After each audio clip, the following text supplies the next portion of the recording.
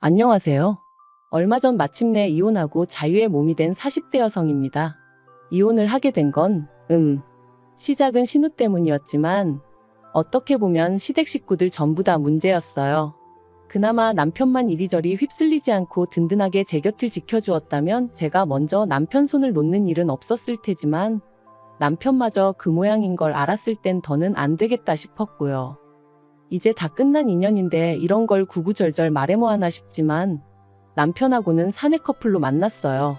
남편이 나이는 저보다 7살이나 많았지만 직급은 같았거든요. 그렇다 보니 팀이 다르긴 했어도 일적으로 자주 마주치게 되었죠. 그런데 저에게는 어디까지나 그게 전부였지 사실 남편이 이성으로 보인 적은 없었습니다. 이제 와서 말이지만 솔직히 외모로 보나 뭐로 보나 제 스타일이 아니었거든요. 하지만 그런 제 감정과는 상관없이 회사 규모가 작다 보니 직원 수도 얼마 되지 않았고 그런 상황에서 남편이 저에게 호감을 갖고 있다는 소문이 금세 퍼지면서 아무튼 지금 그때를 생각하면 또다시 스트레스가 스멀스멀 올라옵니다. 몇몇 여직원들은 제가 꼬리를 치고 다닌다는 말도 안 되는 헛소리까지 해댔었거든요. 그래서 저는 저 나름대로 더더욱 남편에게 거리를 두었는데 그러자 남편은 더더욱 적극적으로 저에게 다가오대요. 그리고 결국 그런 남편에게 저도 마음의 문을 열게 되면서 본격적으로 연애를 시작했어요. 그런데 막상 연애를 시작하고 나니까 전에는 눈에 들어오지 않았던 남편의 좋은 점들이 보이더라고요. 가령 제가 무슨 이야기를 하건 무척이나 흥미롭다는 표정으로 저를 바라봐주는 것이나 지나가는 말처럼 어디 가고 싶다, 뭐 하고 싶다 하면 꼭 기억해주는 것. 별거 아닐 수도 있지만 매일같이 일에 치여 사는 입장에서 남편의 이런 사소하지만 다정하고 자상한 습관은 큰 힘이 되었죠. 그래서 연애를 시작한 지 1년 만에 남편이 결혼 이야기를 꺼냈을 때 저는 고민하고 말고 할 것도 없이 좋다고 했어요. 양가에서도 별다른 잡음 없이 저희를 새로운 가족으로 따뜻하게 맞아주셨고요. 그런데 그렇게 남편과 부부의 연을 맺은 지 2년 만에 저는 꿈에도 생각해 본 적 없는 아픔을 겪게 되었습니다. 정말 아픈 기억이라서 어디서부터 어떻게 말해야 하나 싶은데 집 앞 산책로에 개나리들이 하나씩 모습을 드러내던 시기에 엄마의 본능이었던 건지 왠지 제 몸이 뭔가 달라졌다는 느낌이 오더라고요. 그래서 혹시나 하는 마음으로 테스트를 했는데 2줄이었어요. 사실 신혼은 1년만 즐기고 아이를 갖기로 남편하고 예전부터 얘기가 되어 있었는데 생각보다 임신이 되질 않아 조금씩 스트레스를 받기 시작했었거든요.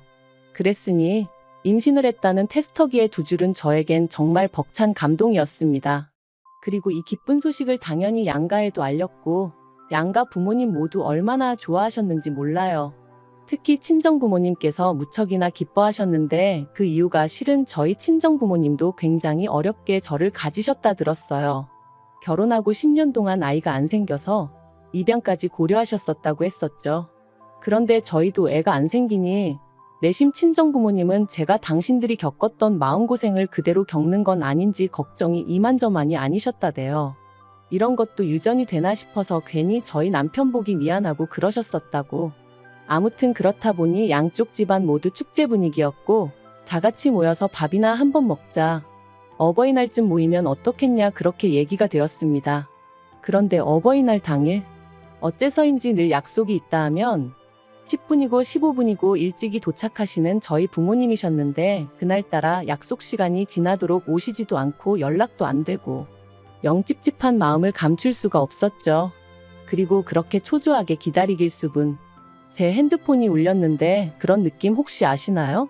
평소와 다름없는 벨소리인데 왠지 평소랑 달리 받고 싶지 않은 제가 그날 딱 그랬어요.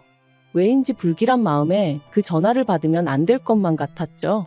그리고 역시나 수학이 넘어 누군가가 말하길 저희 친정부모님이 교통사고가 났다는 거예요. 지금 모 병원 응급실에 계시다고 서둘러서 오라면서 말이죠. 저는 처음에 뭔가 잘못된 거라고 생각했습니다. 하지만 하늘도 무심하시지 그렇게 저에게서 한 번에 2분을 뺏어가셨어요. 그렇게 친정부모님을 잃고 저는 유산까지 겪었습니다. 사실 이렇게 말하면 어떻게 들릴지 모르겠지만 친정부모님이 돌아가신 이후로는 뱃속의 아이에겐 어떠한 마음도 쓸 겨를이 없었어요. 그래서 1달 가까이 집안에서 폐인처럼 지냈더니 아이도 그렇게 저를 떠나더라고요. 그런데 그 와중에 신우가 뭐라고 했는 줄 아세요? 사람이 죽고 사는 문제는 하늘에 달린 법인데 그걸 가지고 그렇게 울고 짜고 하면 뭐가 달라지기라도 하냐면서 저희 부모님을 돌아가시게 한 음주운전 차량이나 뱃속에 아이를 잃은 저나 별반 다를 게 없다는 거예요.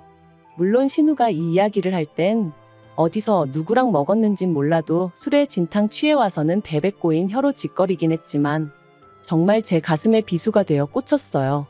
그리고 이튿날 남편이 신우한테 미친 X라면서 저한테 당장 사과해라 어째라 해서는 뭐 사과를 받긴 했는데 자긴 술 취해서 기억 안 난다. 기억은 안 나지만 뭐 실수를 했다니 미안하다. 이딴 식의 사과였고 그래서 이후로는 신우는 인간으로도 안 보였지만 그래도 시부모님과 남편을 봐서 대충 사과받아주고 넘어갔어요.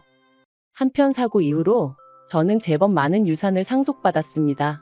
서울에 있는 아파트 2채와 작은 건물 하나 그리고 부모님 2분이 언젠가의 귀농을 위해 마련해 두셨던 땅까지.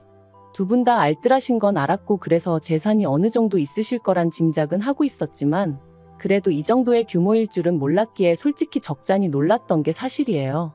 아무튼 저는 고민 끝에 아파트 2채는 두고 건물을 정리했습니다. 그리고 건물을 팔아서 나온 돈으로 부모님이 귀농하려고 사두신 땅에 집을 지었죠. 솔직히 누군가의 눈에는 비효율적으로 보일지도 모르겠지만 그때는 제가 정말 마음이 허한 시기였어요. 그래서 남들 눈에 잘 띄지 않는 조용한 곳에 혼자서 마음을 달랠 만한 공간이 있으면 좋겠다 싶더라고요. 그리고 그렇게 마음쉴 공간까지 마련하고 나니 어느덧 1년이 넘는 시간이 흘러 있었고 그러자 저도 조금씩 마음을 다잡을 수 있게 되었습니다. 여전히 부모님의 사고는 큰 상처고 아픔이지만 그래도 뭐랄까 하루 이틀도 아니고 1년이 넘는 긴 시간 동안 툭하면 정신 나간 여자 마냥 눈물 쏟고 멍해져 있고 하는 저를 짜증 한 번 안 내고 받아주던 남편이 눈에 들어왔거든요. 그리고 그제서야 나만큼이나 남편도 힘들겠구나 싶은 게 이제 나도 정신 차려야겠다 뭐 그런 마음을 갖게 된 거죠. 그래서 저는 무엇이 나를 견디게 해줄까 생각하다가 오랫동안 생각만 하던 일을 실천에 옮겨보자 그런 생각이 들면서 저만의 작은 사업을 시작했습니다. 참고로 제가 여기다 무슨 사업인지 자세히 적을 순 없지만 저처럼 그리움이 가득한 사람들을 위로하는 그런 일이었는데 생각보다 정말 빨리 자리를 잡았고 매출도 쑥쑥 늘어나대요. 그래서 결국 남편도 직장을 관두고 제 사업을 같이 하게 되었죠. 그리고 그렇게 또 해가 지났을 무렵 저런 걸 누가 데려갈까 싶던 신우도 결혼을 했습니다. 시집가면서도 조용히 얌전히 간 건 아니고 시부모님과 저희 부부 속을 있는 대로 긁고 갔어요. 사실 시댁은 가난한 것도 아니지만 그렇다고 다 큰 자식들을 계속해서 뒷바라지 해줄 만큼 여력은 없거든요. 그런데 신우는 계속해서 자기도 저희 부부처럼 서울에 있는 30평대 아파트에서 시작하고 싶다는 등 헛소리를 해대더니 급기야는 저더러 아파트 2개 받지 않았냐. 하나는 누가 사냐 자기가 살게 해달라. 공짜로 살겠다는 소리 안 한다. 1억을 내고 살겠다. 뭐별 거지 같은 소리를 어찌나 해대던지. 그리고 그럴 때마다 저에게 미안하다 사과하는 건 다름 아닌 시부모님이셨습니다만 아무리 그래도 결국 팔은 안으로 붓는 거고 피는 물보다 진하다잖아요. 어머님은 아니라고 하셨지만 이따금씩 당신도 모르게 저에게 좀 서운한 기색을 내비추셨는데 그게 또 나름대로 상처가 되더라고요. 그래도 그걸 가지고 티를 낸 적은 없어요. 그것 때문에 이혼까지 결심한 건 더더욱 아니고요.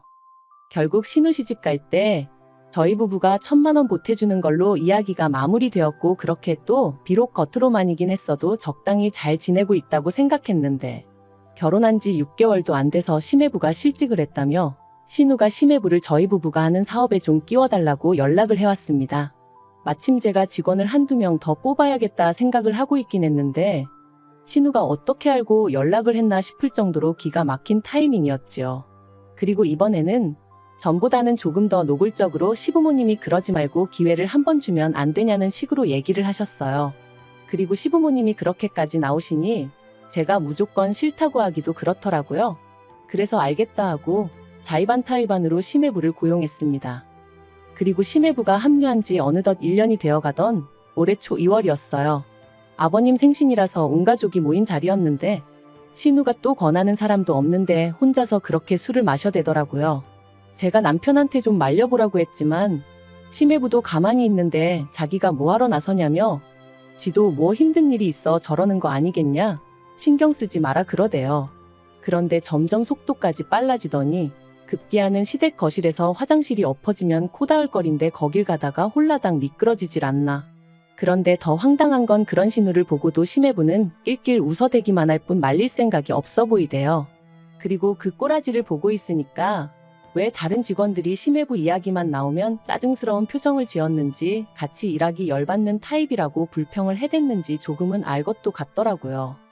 아무튼 신우까지 일이 자빠지고 저리 자빠지는 걸 보니 그만 자리 정리하고 집에 가는 편이 낫겠다 싶었습니다. 그래서 남편하고 같이 뒷정리를 하고 일어서려는데 신우가 제 손목을 딱 잡더니 좋겠다 그러는 거예요. 그래서 또 무슨 헛소리를 하려고 일어나 싶어서 뭐가 좋냐고 많이 취한 것 같으니 일단은 들어가서 자라고 했죠. 그런데 신우는 쉽사리 저를 놔주지 않았습니다. 그리고는 한다는 말이 1년 동안 내 남편 개같이 부려먹었으면 이제 가게 하나 차려줘요 그러는 거예요. 이게 무슨 소린가 싶어서 남편을 쳐다봤습니다. 그랬더니 남편도 황당한 표정으로 절 쳐다보더라고요.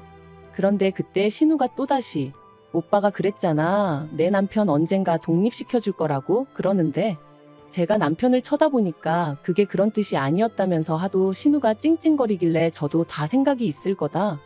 일만 잘하면 제 성격에 모른 척하지 않을 거다 뭐 그랬다는 거예요. 어이가 없어서. 결국 혼자 아무 소리나 떠들어대는 신우를 뒤로하고 저는 불쾌한 마음을 감추지 못한 채 시댁을 떠났습니다. 그리고 남편과 집으로 오는 내내 한마디도 나누지 않았어요. 남편이 제 눈치를 살살 본다는 건 느껴졌지만 아는 척도 해주고 싶지 않았죠. 그리고 이튿날 예전과 마찬가지로 신우에게 전화가 왔습니다. 하지만 전과 달리 신우는 자기가 뭐라고 했는지 정확히 기억하고 있더라고요. 한 달에 300도 안 주고 사람을 부려먹었으면 이제라도 뭐 어떻게든 보상을 해줘야 하는 거 아니냐면서. 그래서 저도 신우한테 심해부가 하루에 5시간 일하는데 얼마를 받아갈 줄 알았냐 했습니다. 그리고 내가 주는 월급이 적어서 불만족스러우면 관두라고 했어요. 안 잡을 테니 편히 떠나라고요. 그랬더니 신우가 한다는 말이 재수 없다면서 부모 하나 잘 둬서 먹고 사는데 걱정 없고 좋겠답니다. 그리고는 하긴 사람 목숨하고 바꾼 돈이니 찝찝하긴 하네 그러대요.